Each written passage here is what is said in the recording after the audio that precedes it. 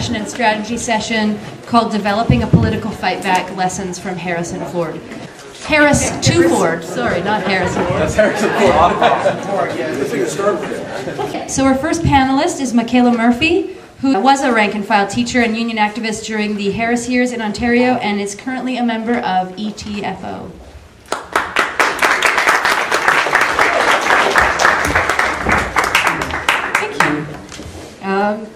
So, Mike Harris gets elected majority government. Very soon after that, the Minister of Education, John Snobelin, was filmed making a statement in which he said, what we need to do is create a useful crisis in education so that we can then have a reason to implement the necessary reforms.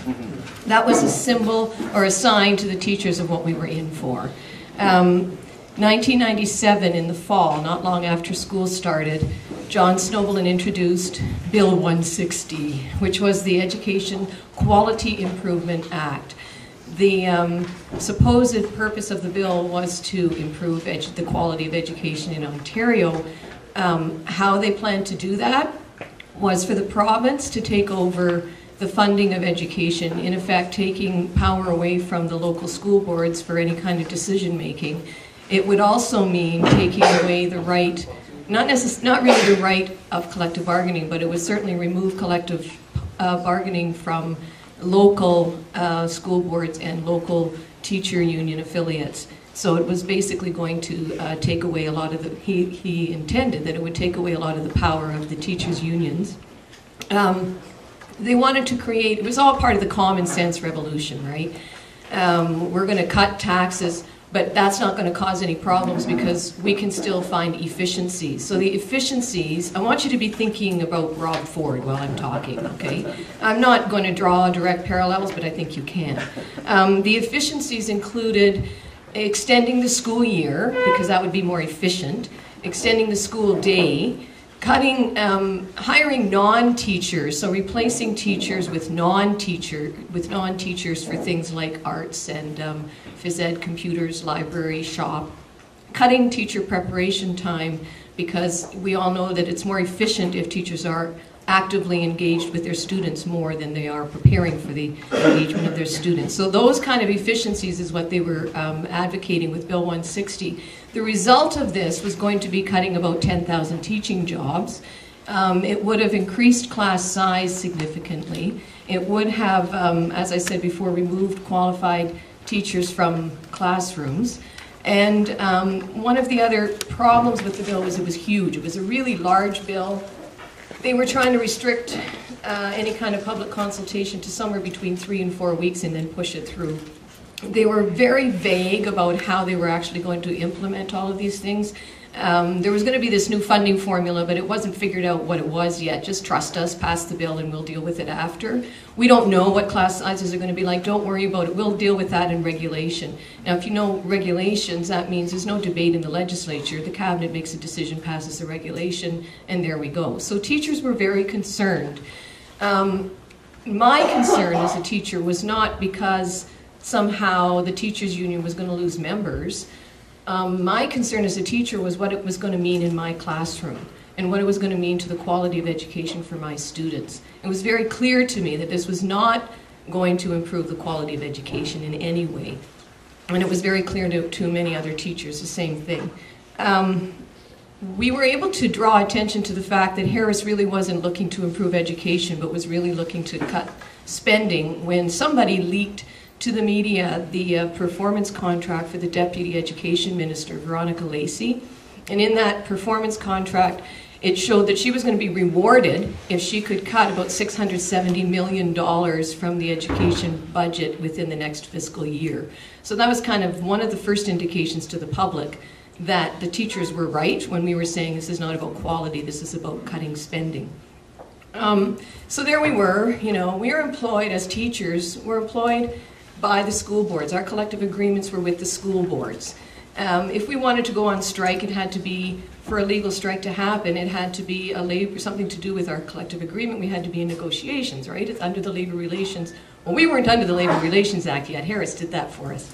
But anyway, our dispute was not with our employers. It wasn't with the school board. Our dispute was with the government. So what were we supposed to do? Well, what we did was decide to have a political protest. It was not a strike in the labor relations sense of the word. It was a protest. And in October, I think it was October 27th, 2007, the teachers decided we were going to walk out. When? 97. 97. What did I say? 2007. Oh, no. That was, okay, yeah, thank you. 1997, we decided to walk out. Now, I want to bring you to Renfrew County, which is where I was living at the time. Renfrew County is in eastern Ontario. It's a Ottawa Valley area. It's very rural, lots of farmers, lots of self-employed, small business. Definitely not an area where there are a lot of union people. It was not an area where people would support unions generally. Teachers in Renfrew County, most of them who were working there at the time had been born and raised there. They were part of the community. We lived in small towns where you constantly ran into your students and their parents in the grocery store and in the arena and on the street. And if you went to church, you might see them there too. So teachers in Renfrew County were really struggling with this whole idea that we were going to walk out on our students. It was a very difficult decision to make. And we were being questioned all the time by the parents in our communities. Mike Harris demonized us by saying that what we were doing was illegal, and we were setting a terrible example for our students, for the children in our care, and we were just a bunch of greedy teachers trying to protect our jobs and our salaries and our cushy pensions and all those terrible holidays that we had and all of that sort of thing. And there were a lot of people who bought into that and were upset with us for what we were doing. That was at the beginning of the protest. Once we actually went out and we stayed out, people started coming to the picket lines then and saying, "What are you doing? Why are you out?" And we were so happy when people came to the picket lines and asked, because then we could tell them, we don't want to be here. But if we don't do this, if we don't take this stand, we're afraid of going back into our classrooms and seeing what's going to happen there. We're talking about the education of your children. We made sure that people understood that that was why we were out. And gradually, over time, people started turning to support us rather than to be opposed to us. The other thing that really helped us was that the government decided that they were going to go to court and force us back to work. They tried to seek an injunction against our illegal strike. And I loved it because the judge didn't agree with them, dismissed the application for the injunction, and actually said, I have to quote this because I love it, that it was not an illegal strike, but in fact was a lawful protest. And he said they made the decision in a careful, concerned, and reluctant fashion. So it was clear then that, the judge was agreeing with us that we weren't doing this. It was not illegal, first of all, so we were setting a good example for our students by going out. I have 2 minutes left. We were setting a good example for our students by going out and making our voices heard and taking a stand. This was a good example for our students. It was not illegal, and we were doing it reluctantly. It was a last resort for us because we had no other way of making people understand what it was that Harris was trying to do. Did I tell you how many? There were 126,000 teachers. It was the largest teacher strike in the history of North America at that time. It was fun. Okay, so then, of course, the strike, I'm going to call it a strike even though it was really a political protest, it ended. And it ended in a kind of a controversial way, which caused some divisions within, among teacher affiliates and also within teachers and between teachers and leaders. What happened was, at that time, there were 5 teacher affiliates in Ontario. 2 were elementary school, the women's and the men's. There was the Organization for the French-Speaking Teachers, there were the secondary teachers, and there were the Catholic teachers. So there we are, having a great time on it. We were feeling like momentum was shifting in our direction. People were starting to support us. We were feeling really positive. And then we heard the announcement, at the same time that the public heard the announcement, from my federation, which was the Federation of Women's Teachers, the Elementary Women's Teachers. So the 2 elementary unions plus the French language union made a decision that we were going back. There was no discussion, there was no consultation with the members who were on the line. The decision was made by the provincial leaders, and it was not a decision that was supported by the secondary teachers and the Catholic teachers. However, the decision was made. I still don't really know why. I think they just kind of thought, well, we made our point, let's go back. I can tell you that on the line, on the picket line, there were many of us who were really upset with the decision to go back. We thought we should stay out longer. We thought we were making progress and we could make more progress. Because my union made that decision, the other unions ended up having to go back as well. So it was a bit of a controversial thing. However, we did succeed in shifting public opinion. By the end of the strike, 63% of Ontario residents believed that the government should withdraw all or part of Bill 160. And in the end, the bill was passed, but it was, yes, in the end the bill was passed, but a lot of the sort of uglier measures were not part of the bill when it finally was passed. So I was energized. I learned that unions, that teachers standing together could make a difference. And before Bill 160 and all of that happened, I was a union supporter. I would like to thank Mike Harris for turning me into a union activist and a union advocate.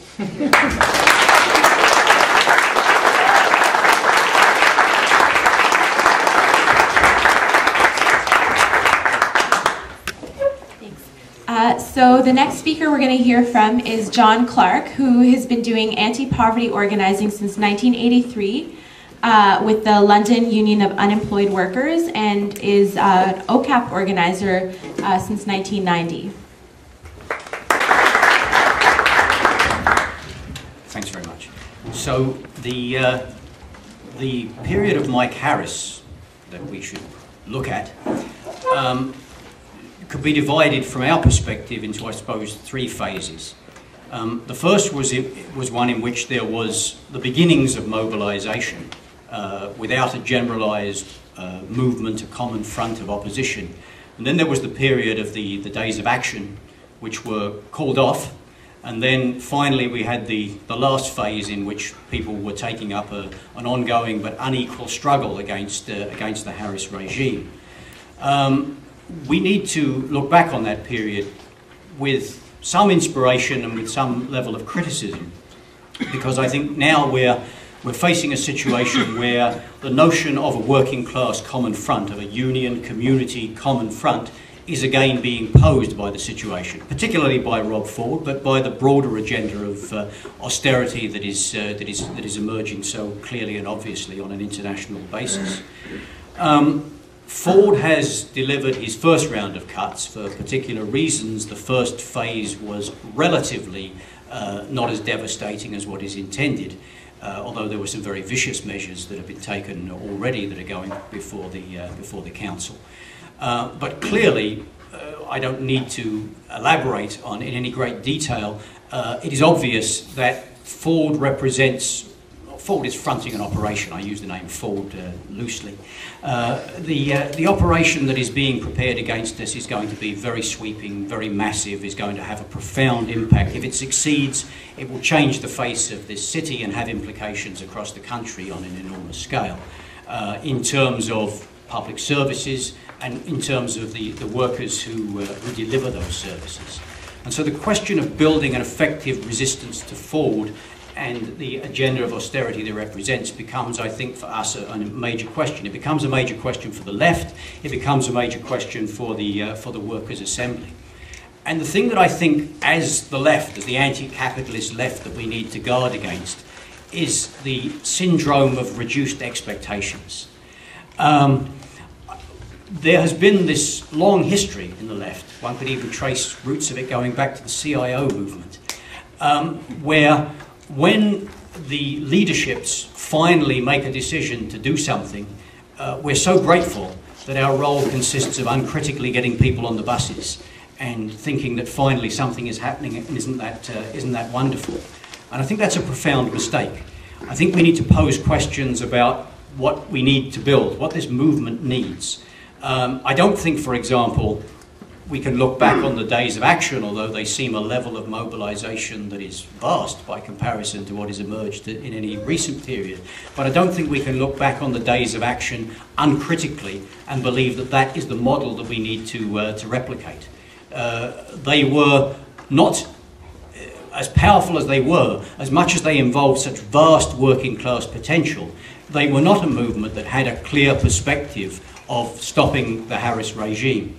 They were not a movement that had a clear perspective of advancing to a decisive confrontation with the Harris regime, and they were called off before the movement had achieved a level that was necessary to do the job that was required. So if we're going to pose the question of fighting back against the austerity agenda and Ford's particular local variant of it, I think it is extremely important that we pose for ourselves the question of what would it take to stop Rob Ford? What would it take to stop the agenda that he is putting down? And it seems to me the answer is, on one level, fairly obvious. There must be a community-based and trade union-based mobilisation that takes forms that is sufficiently powerful, sufficiently massive, sufficiently disruptive, and creates such a level of crisis for those in economic political power that the implementation of the agenda becomes untenable, becomes impossible. And if we pose the question of how that could be organised, clearly the solution lies in a mobilisation that involves the workers that are affected by these cuts and involves the communities that are facing those cuts. A mobilisation that is rooted in each local case-by-case situation in which austerity is imposed, and a movement that at the same time is generalised in a powerful citywide movement that reaches a profound level of mobilisation and assumes forms that is not about registering an opposition, but is about actually blocking the implementation of the agenda. And I think it's hopefully a serendipitous development that an anti-capitalist workers' assembly has emerged at this particular time to make sure that that actually is something that is struggled for. I think we must understand that by and large, overwhelmingly, in existing leaderships, there is simply not a perspective that is adequate to doing what needs to be done. In terms of the social agencies and the NGOs, we've gone through a phase in which constructive engagement and putting forward reasonable proposals has been the watchword, and there's no real alternative notion of mobilising. In terms of the trade unions, there isn't, I believe, a perspective of decisive mobilisation. In fact, all the talk that I've heard is about trying to win over councillors and about trying to do essentially a lobbying operation. That's not going to be enough. There is going to have to be a decisive mobilisation. And I think that it is down to us, and it is down to people like us, to start taking those initiatives, to approach leaderships and put forward proposals, but also to go to workplaces and communities with a different perspective and try to build a base that has a notion of actually resisting the Ford agenda decisively. Because if this is not done, if things run as they are running at the moment, we face a situation not just of some reversals, but of some really catastrophic defeats. I don't think that's an exaggeration. I think that flows clearly from the situation. Those are the tasks that I think, in essence, that we face. There are community-based organisations that can give some level of a lead. There are huge numbers of activists within trade unions that could organise to fight for precisely such an agenda, but it has to be organised and it has to be put into effect. I always remember Mike Harris, who was not a smart man, but was a man who was very determined in his own way, very driven, a very motivated individual, very prepared to continue. He had a level of intransigence that I think someone outside could have learned from, quite frankly. And I always remember during the Metro days of action, he watched the vast parade go by, and apart from making some rather ugly racist comments that are sort of part of his way of thinking, he made this comment. He said, "I acknowledge it was a good show." And that's how he viewed the mobilisation, as a good show. I don't think that we can be content with a good show against Rob Ford. I think we've got to have a perspective of stopping him. I think we have to say to ourselves that we can't simply believe that the situation requires the registering of an opposition. It requires a movement that is decisive enough and powerful enough to stop him. If it is not done, we face catastrophic defeats, but it must be done, and it can be done. And in this room, there are people who I think have some responsibilities to ensure that it is done. Thank you very much.